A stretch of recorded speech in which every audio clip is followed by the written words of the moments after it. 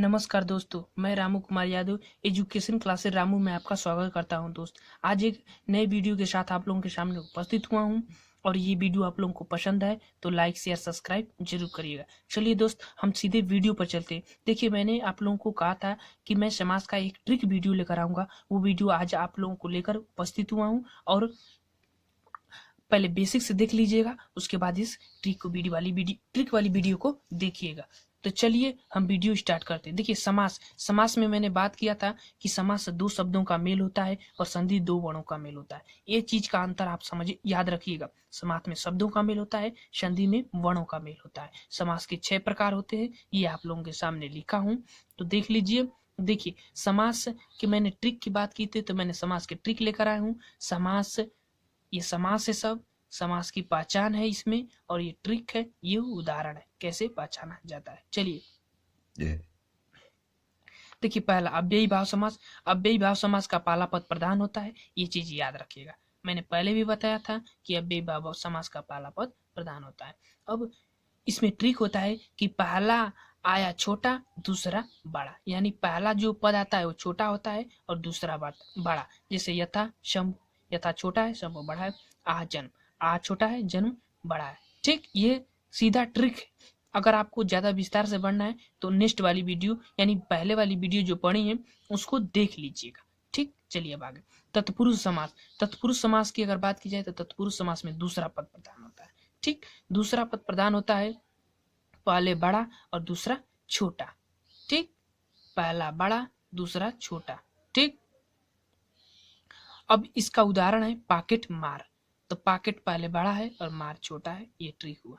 ठीक, अब अगर प्रधानता की दृष्टि से देखें तो मार ये जो लगा है, ये अगर नहीं लगा होता है तो एक सिंपल शब्द निकलता है पॉकेट। तो पॉकेट कोई वैसा शब्द नहीं है जिसमें एक अर्थपूर्ण शब्द निकलता हो, लेकिन जब ये मार लग जाता है तो इस शब्द से एक अर्थपूर्ण शब्द निकलता है। तो ये आपकी पहचान है, देख लीजिएगा। ठीक, अब देखिए, ये कारक के आधार पर तत्पुरुष समास के भेद हैं सब। कर्म, करण, संप्रदाय, आपदा, संबंध और अधिकरण, ये 6 हैं। अब इनकी क्या होता है कि जो तत्पुरुष समास के जो दूसरा ही पद इसमें भी प्रधान होता है, इसमें भी दूसरा ही पद प्रधान होगा तत्पुरुष समास का, लेकिन जो इसमें कारकों का प्रयोग किया जाएगा, और ये जो कारक हैं जैसे को, कर्म को, करण से, संप्रदा के लिए, अपदान से अलग होने पर, संबंध काके की, अधिकरण में पर, तो ये सब विभक्तियां प्रयोग की जाती हैं। और ये जब आप समस्त पद बनाएंगे तब इसका लोप हो जाता है। जैसे मैंने यहाँ आप उदाहरण में दिखाया हूँ कि यश प्राप्त, यश को प्राप्त, यहाँ को का लोप हो जाएगा, तब हमारा समास बनेगा यश प्राप्त, यानी कि ये कर्म तत्पुरुष समास का उदाहरण है। उसी तरह इसमें भी रेखांकित, रेखा से अंकित, से का लोप हो जाएगा। इसमें भी देशभक्ति, देश के लिए भक्ति, यानी के लिए का लोप हो जाएगा।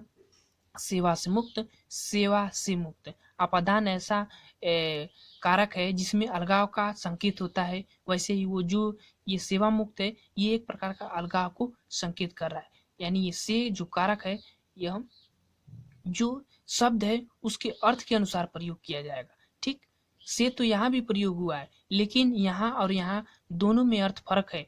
यहाँ रेखांकित यानी संबंध को एक प्रदर्शित कर रहा है, और एक ये सेवा मुक्त यानी एक अलग अलगाव को प्रदर्शित कर रहा है।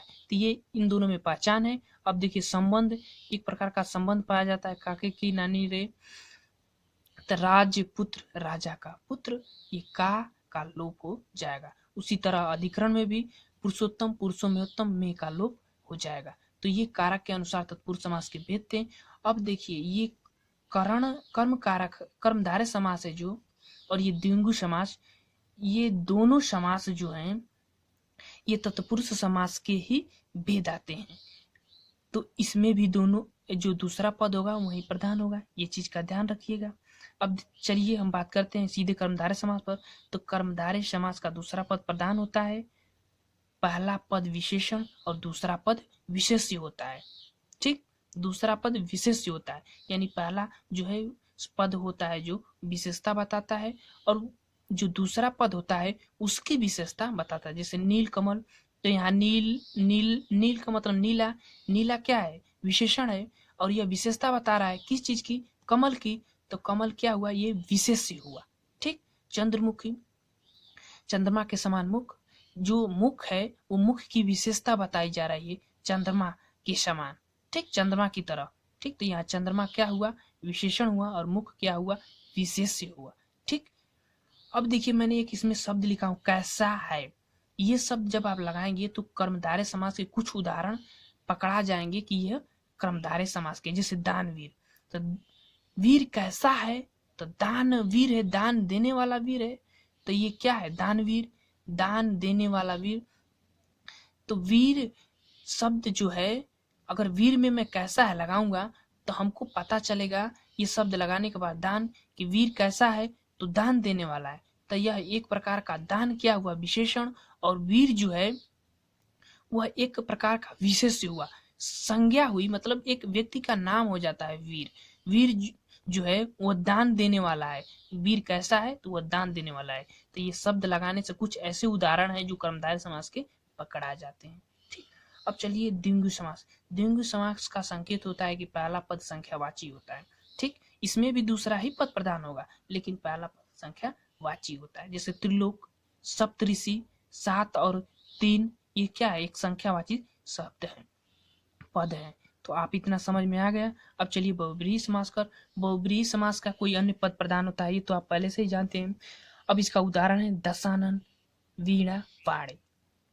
ठीक, दशानन, 10 है आनंद जिसके, अर्थात रावण। वीणा पाड़ी, वीणा है कर में जिसके, अर्थात सरस्वती। तो यह किसी तीसरे की तरफ संकेत करते हैं, अतः ये बहुब्रीहि समास है। ठीक। अब चलिए द्वंद्व समास। द्वंद्व समास में दोनों पद प्रधान होते हैं, ये तो आप पहले जानते हैं, और योजक चिन्हों का प्रयोग किया जाता है, जैसे माता, पिता, दिन, रात, ये योजक चिन्ह का प्रयोग किया गया है। इससे यह मतलब दोनों पद प्रधान है, जैसे माता पिता ये दोनों प्रधान है, और इनके बीच में योजक चिन्ह का प्रयोग किया जाता है। इससे आप लोग समझ जाइएगा। तो मैं आशा करता हूँ दोस्त ये वीडियो आप लोगों को पसंद आया होगा। एक ट्रिक वाली वीडियो जो समास की है, इसको आप जरूर देखिएगा और लास्ट तक देखिएगा, तभी आप लोगों को पूरा समझ में आएगा। तो थैंक यू दोस्त।